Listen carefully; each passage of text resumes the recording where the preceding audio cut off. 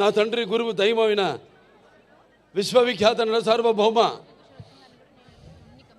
Padmashri doctor Nandamuri Taraka Ramarao గారికి ఈ సభాముఖంగా ఆయన్ని స్మరించుకుంటూ వాగర్తావు సంపర్తో వాగర్త పతిపతే జగతో పితరం ఉందే భారతీ పరమేశ్వరరావు అంటారు. అంటే శివపార్వలతో పోలుస్తారు.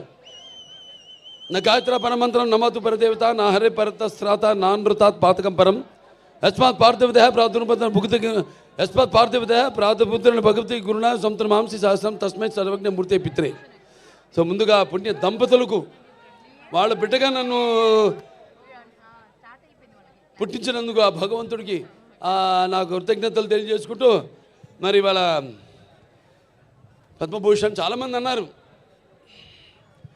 చాలా ఆలస్యంగా ఇచ్చారు మీకు అని. నేనన్నా కాదు సరైన సమయంలోనే ఇచ్చారు. అంత దైవలిఖితం. ఏది జరిగినా నా జీవితాలన్నీ కూడా సంఘటనలు కూడా అలాగే జరిగినాయి.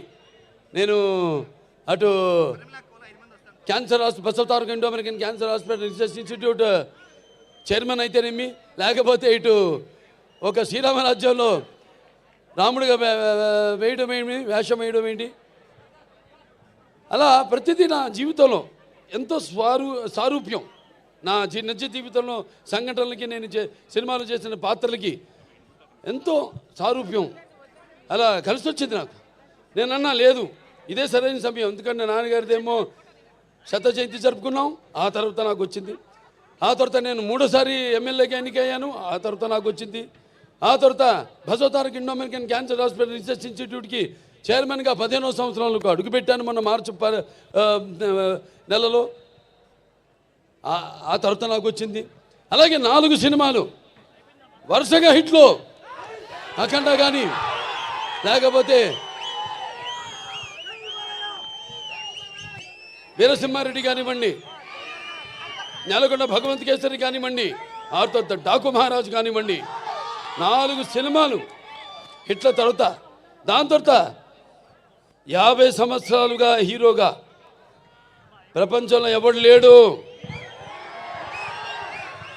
50 సంవత్సరాలు హీరోగా మధ్యలో క్యారెక్టర్ ఆర్టిస్టులుగా దారి మరణమో అలా జరిగిందేమో కానీ వాళ్ళ క్యారియర్లో 50 సంవత్సరాలు హీరోగా నాకు నిలబడడానికి శక్తినిచ్చిన నా తెలుగు జాతికి నా కృతజ్ఞతలు తెలియజేసుకుంటున్నాను. ఏదైనా ఇప్పుడు బాలకృష్ణ గురించి చాలా రకాలుగా మాట్లాడుకుంటారు. ఏం చూసి బాలకృష్ణకి అంత పొగరంటారు, నన్ను చూసుకునే నాకు పొదనైన పొగరంటాను. ఎవరు చూసి అంత ధైర్యం అని అంటుంటారు నన్ను చూసి.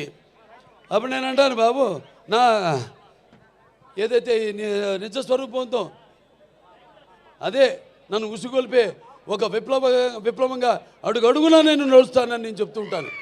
అలాగే నా రీతి ఏంటి, ఇతనికి అన్నీ తెలుసా అంటారు నన్ను చూసిన వాళ్ళందరూ.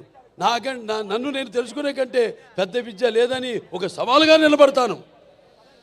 నా మాట సూటిగా ఉంటుంది, నా బాట ముక్కు సూటిగా ఉంటుంది, నా వీక్షణం తీక్షణం దర్శనమిస్తుంది. అలాగే నా తీరు